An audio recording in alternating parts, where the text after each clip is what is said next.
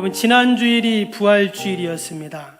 사망 권세를 이기시고 부활하신 주님, 우리가 그 주님의, 그 부활의 주님을 생각하면서 우리 한번 같이 하나님께 영광의 박수를 한번 올려드리겠습니다.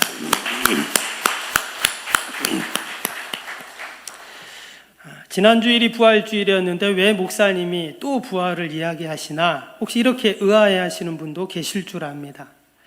그러나 여러분, 원래 이 초대교회 때부터 부활의 계절이라는 것이 있습니다. 이것은 지난주 부활주일부터 이제 성령 강림주일까지 대략 50일 정도가 되는데요. 그 50일 동안 예전부터 부활의 계절이라고 해서 이때 부활의 축제들을 열었습니다. 이 축제 기간 동안은 내내 부활의 기쁨, 감격을 누렸습니다. 죽은 줄만 알았던 그 주님이 부활하셔서 나타나셨죠. 살아나셨습니다. 시신을 무덤에 넣고 3일이나 지났는데 여러분 다시 나타나신 거예요. 너무나 감격스러운 그러한 일이죠. 그래서 이 부활의 기쁨과 생생한 감격을 사람들은 그냥 하루만, 그 부활 날만 그냥 기뻐하고 끝낸 것이 아니라 이 50일 동안 계속 그들은 부활을 생각하고 그들의 마음속에는 부활로 가득했습니다. 아침에 눈을 뜰 때부터 저녁 잠자리에 들 때까지 집에서나 일터에서나 또 길을 가다가 사람을 만났을 때의 모든 주제가 오직 부활의 주님에 대한 이야기였습니다. 심지어 꿈에서도 부활의 주님을 만났습니다. 이것은 자연스럽게 그들의 삶을, 부활의 증인의 삶을 살게 했습니다. 베드로전서를 보면 당시 초대교회 때 얼마나 많은 핍박과 박해가 있었는지를 알 수가 있습니다. 히브리서 11장에도 보면 당시 교인들은 조롱과 채찍질, 결박과 옥에 갇히는 시련, 돌에 치는 것, 또 톱으로 켜는 것, 시험과 칼로 죽임을 당하고 궁핍과 환난과 학대를 받았다고 기록되어 있습니다. 그럼에도 불구하고 그들이 부활신앙으로 충만하니까 어떤 박해도 핍박도 그들에게 기쁨과 감격과 희망을 빼앗아 갈 수가 없었습니다. 때문에 이 부활의 주님은 우리로 하여금 모든 고난의 상황, 문제들을 넉넉하게 이기는 그런 그런 힘이 있는 줄로 믿습니다. 오늘 이 사도행전 10장 함께 읽은 본문의 내용은요, 당시 베드로 사도가 이스라엘의 북부 지역에 있는 최대 항구였던 가이사라라는 그 지역의 주둔에 있는 로마의 군대 장군이었죠. 고넬료라는 백부장 장군에게 복음을 전하는 그러한 내용입니다. 근데 오늘 이 본문은 사도행전에 있어서 아주 중요한 그런 위치를 차지하는 본문입니다. 이전까지 복음은 유대인들 중심으로 이루어졌습니다. 전파되었습니다. 근데 이 사도행전 10장에서 당시 이방인이었던 이 로마의 군대 장군 고넬료에게 복음이 전해지면서 이제 그 복음이 유대인에서 이방인들에게 전해지는 아주 놀라운 그러한 대전환을 맞이하는 그러한 내용이죠. 당시 예수님 믿는 사람들은 사실 기독교인이라고 말할 수 있지만 다른 한편으로는 그냥 유대교인이었습니다. 복음도 듣고 또 부활의 주님에 대한 이야기도 듣고 그들이 구원받았지만 여전히 그들은 성전에 가서 제사를 드리고 또 그들은 율법을 지키는 그냥 유대인들과 하나도 별반 다를 것이 없는 그러한 사람들이었습니다. 이러한 상황 속에서 이방인들에게 복음을 전해졌다는 건 참 놀라운 일입니다. 여러분, 유대인들에게 있어서 가장 큰 자부심, 정체성은 뭡니까? 우리가 하나님께 택함 받은 선민이다라는 것이죠. 그런데 이제 그 이방인들도 유대인들과 똑같이 하나님께 택함 받은 자가 된다는 거예요. 이것은 참으로 획기적인 그러한 일이었습니다. 그래서 부활의 주님이 전해지면서 이제 그들은 신앙과 그들의 말씀의 주제가 바뀌게 됩니다. 이전까지는 믿는 사람들이 모이면 하는 이야기가 뭐였냐면 율법에 대한 이야기였어요. 어떻게 하면 우리가 율법을 잘 지켜서 하나님을 잘 믿는 사람이 될까? 이런 이야기들만 했습니다. 그런데 이제 이 사도행전 10장부터 이 베드로의 설교를 보면은요, 부활의 주님에 대한 증거를 하고 있다라는 것입니다. 오늘 39절, 40절을 다시 한번 볼까요? 39절, 40절 보시면 우리는 유대인의 땅과 예루살렘에서 그가 행하신 모든 일의 증인이라. 그를 그들이 나무에 달아 죽였으나 하나님이 사흘 만에 다시 살리사 나타내시되. 지금 베드로의 이제 설교의 내용인데요, 이 사도행전에 보면 베드로가 8번 설교하는 내용이 나오게 됩니다. 근데 그 8번의 설교의 주제가 다 똑같아요. 오늘 이 사도행전 10장에 나오는 것처럼 하나님이 사흘 만에 다시 살리사, 바로 부활을 이야기하고 있다라는 것입니다. 사도행전 2장에 보면 오순절 성령 강림 사건 이후에 각지에서 온 사람들에게 베드로가 설교를 합니다. 그 내용이 뭐냐? 바로 핵심은 부활의 주님이었어요. 3장에 보면 성전 미문에 있었던 나면서부터 걷지 못한 자를 걷게 하는 기적이 일어나죠. 그때 사람들이 베드로를 다 데리고 당시 솔로몬 행각이라는 곳에 모이게 됩니다. 그때 또 베드로가 했던 말이 뭐냐? 부활의 주님을 증거하죠. 4장에도 보면 베드로가 옥에 갇히게 됩니다. 그때 사내들인 공회가 모이게 되는데 그 사람들 앞에서도 주님이 부활하셨다는 얘기를 해요. 5장에서도 똑같고요. 그리고 오늘 10장에서 부활의 주님을 증거합니다.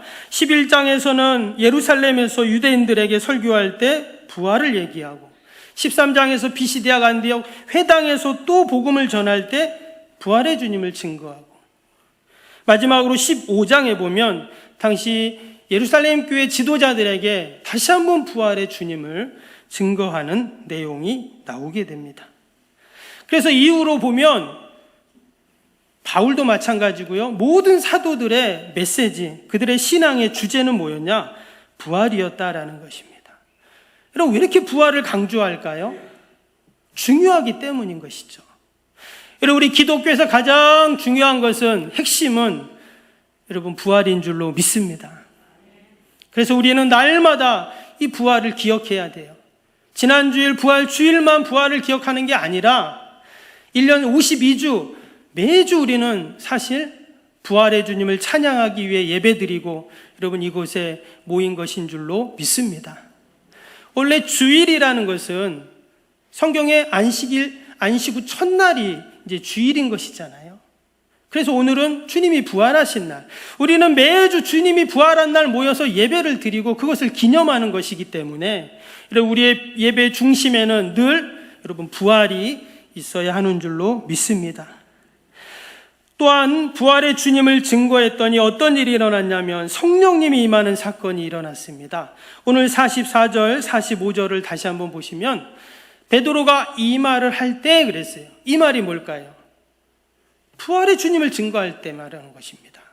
근데 그 부활의 주님을 말했더니 성령이 말씀 듣는 모든 사람에게 내려오시니 그랬어요. 부활의 주님을 증거했더니 거기에 성령님이 지금 임했다 하는 그러한 말씀입니다. 여러분, 부활의 주님을 증거할 때 어김없이 성령의 역사가 여러분 일어나는 줄로 믿습니다. 이것은 지금도 동일합니다. 지금 이 한 시간 여기서 부활의 주님이 증거될 때 여러분 우리의 각자의 심령 안에도 성령님의 역사가 있고 성령님이 나를 만져주시고 성령님이 내 인생에 모든 묶이고 다치고 또 혼란스러운 모든 것들을 온전케 하시는 여러분 그런 역사가 분명히 있을 줄로 믿습니다. 아멘. 부활의 주님을 만난 우리들도 이제는 베드로 사도처럼 바울처럼 초대교회 성도들처럼 우리는 어떻게 살아야 할까요? 부활의 증인의 삶을 이제 우리는 살아야 하는 것입니다. 여러분, 구체적으로 우리가 부활의 증인의 삶을 산다는 것은 어떤 것인가? 오늘 38절을 다시 한번 보겠습니다. 38절을 보시면 하나님이 나사렛 예수에게 성령과 능력을 기름 붓듯 하셨음에 그가 두루 다니시며 선한 일을 행하시고 마귀에게 눌린 모든 사람을 고치셨으니 이는 하나님이 함께 하셨습니다. 여러분, 부활의 증인의 삶이라는 것은 무엇인가? 그것은 바로 치유와 회복의 주님을 우리가 날마다 경험하는 것입니다. 지금 부활의 주님이 어떤 주님이신가? 치유하시고 고치시는 주님이라고 지금 오늘 말씀하고 있어요. 병을 고치시고 마귀에게 눌린 자를 자유케 하시고 가난한 자를 부욕케 하시고 소외된 자들을 위로하시고, 이게 부활의 주님이 하시는 일들이죠. 가난과 질병과 소외와 억눌림의 고통, 이것은 다 사실 죄로 인한 우리 인간의 필연적으로 겪는 어둠과 사망의 그림자들입니다. 그러나 하나님께서 우리에게 그 부활의 주님을 통해서 이 모든 이 땅에 그런 어두움과 죄로 인한 고통과 아픔들을 말끔하게 씻어주셨어요. 할렐루야. 그래서 우리는 부활을 의지하고 부활을 기억하는 것입니다. 에덴 동산에서 금단의 열매를 먹었던 아담과 하와를 보면 그들은 동산 나무 뒤로 숨었습니다. 말씀을 어기니 하나님이 두려워졌던 것입니다. 그들은 여전히 동산의 모든 것을 먹고 마시고 누릴 수 있는 권리가 있었습니다. 그러나 그들이 말씀을 어기니까 풍요 속에서도 궁핍을 경험할 수밖에 없었어요. 날마다 하나님과 동행할 때는 그것을 몰랐습니다. 그런데 하나님과의 교제가 끊어지고 사단과 교제하고 사단의 말을 듣고 어둠의 영을 따라가게 되니 그들이 하나님이 주신 풍요를 누리지 못하는 거예요. 이것은 지금도 똑같습니다. 하나님이 우리에게 얼마나 많은 풍요를 주셨는지 몰라요. 그러나 내 입술에는 날마다 부족하다 고백이 나와요. 이것은 내가 하나님과의 온전한 교제가 이루어지지 못하고 있다는 증거인 것입니다. 지금 아담과 하와가 그렇죠. 그들은 지금 모든 것이 풍부한 에덴 동산에 있지만 동산 나무 뒤에 숨어 버렸습니다. 수치와 부끄러움 가운데 어찌할 바를 몰랐습니다. 그들이 임시로 가렸던 나뭇잎이라는 것은 말 그대로 임시입니다. 영원할 수 없는 것이에요. 하나님은 그것을 아시고 그 나뭇잎을 다 거두어 버리고 가죽옷을 입혀주셨습니다. 가죽옷은 구속사적인 측면에서 예수 그리스도를 상징합니다. 바로 우리 주님께서 이 땅에 오셔서 바로 우리에게 말씀하시고 보여주시고 부활하신 그 놀라운 능력이 우리를 다시금 하나님과 온전한 교제를 하게 하시고 또한 하나님이 주신 풍요를 누리게 하는 줄로 믿습니다. 예수님이 공생애를 시작하실 때 회당에서 말씀하신 그 이사야서 말씀을 읽으시면서 그 사역을 예고하신 말씀이 있죠. 누가복음 4장 18절 19절에 보면 주의 성령이 내게 임하셨으니 이는 가난한 자에게 복음을 전하게 하시려고 내게 기름을 부으시고 나를 보내사 포로된 자에게 자유를, 눈먼 자에게 다시 보게 함을 전파하며 눌린 자를 자유롭게 하고 주의 은혜의 해를 전파하게 하려 하심이라 하였더라. 아멘. 예수님의 생애는 하나님을 떠나 고통당하는 그 인간들을 자유롭게 하시고 하나님과의 관계를 온전케 해서 다시금 하나님이 주신 그 풍요와 사랑을 경험하게 하기 위해서였어요. 여러분, 우리가 이 땅에 살아가면서 우리가 어떤 것을 지금 누리고 있습니까? 사실 이 과학과 문명과 기술이 발달한 지금의 시대, 모든 것이 풍요롭습니다. 기름진 것이 너무나 많습니다. 어찌 보면 우리는 지금 덜 먹으려고 하고 또 안 먹으려고 하는 그러한 시대가 되었습니다. 조금만 돌아보면 재미있는 것들, 즐거운 오락, 여가 생활 너무나 많습니다. 근데 여러분, 이렇게 모든 것이 넘치고 풍부하지만 그런데도 여전히 사람들은 각종 질병에 시달리고 또 여전히 가난한 사람들이 있고 소외된 사람들이 있고 고통당하는 사람들이 있다라는 것입니다. 이것이 바로 부활의 주님을 만나야 하는 이유인 것입니다. 아무리 과학이 발달해도 아무리 문명이 발달해도 아무리 최고급 핸드폰이 나와도 여러분, 우리 안에 있는 죄의 권세는 더욱더 강해지고 죽음의 그림자는 더 짙어지는 법입니다. 그래서 우리는 부활의 주님을 만나야 하고 그 부활의 주님을 여러분 증거해야 하는 줄로 믿습니다. 사망 권세를 이기시고 부활하신 그 주님만이 오직 우리의 영과 육의 질병과 고통의 문제들, 어둠의 억눌림들을 자유케 하는 힘과 그 능력과 또 치유, 회복을 여러분 가능케 하는 줄로 믿습니다. 여러분, 우리는 어떤 신앙을 가져야 할까요? 부활 신앙을 가져야 합니다. 오늘 39절, 40절 다시 한번 보시면 후반절에 뭐라고 했냐면 우리는 유대인의 땅과 예루살렘에서 그가 행하신 모든 일의 증인이라. 그들이 나무에 달아 죽였으나 하나님이 사흘 만에 다시 살리사 나타내시되 했습니다. 예수님께서 십자가에 달려 돌아가셨어요. 너무나 무기력하게 힘없이 최후를 맞이하셨습니다. 그런데 이것은 예수님의 그냥 사망으로 끝난 사건이 아니라 주님의 이 죽음은 승리를 위한 죽음이었다라는 것이죠. 왜냐? 십자가에서 죽은 그 예수님을 하나님이 어떻게 했다고요? 사흘 만에 다시 살리사 분명히 말씀하셨습니다. 모든 이름 위에 뛰어난 이름으로 만들어 주셨습니다. 부활의 첫 열매가 되게 하셔서 이 땅의 모든 영광을 다 받게 하셔서 이제는 우리에게 은혜의 길을 열어 주셨는 줄로 믿습니다. 우리에게 영생의 길이 열려 있습니다. 그것은 오직 주님의 부활을 통해서만 가능하다는 것이죠. 여러분, 지금의 사람들에게 부활을 이야기하면 믿지 않는 사람들은 어떨까요? 그것은 과학적으로 또 이성적으로 안 맞는 말이라고 그들은 이해하지 못하고 인정하지 않습니다. 도리어 세상 사람들에게 부활을 말하면 어리석어 보이고 미련해 보이기까지 합니다. 근데 여러분, 부활의 신앙은 지난 2000년 동안 오고 가는 모든 세대 가운데 수많은 믿음의 사람들이 붙잡았던, 가졌던 신앙입니다.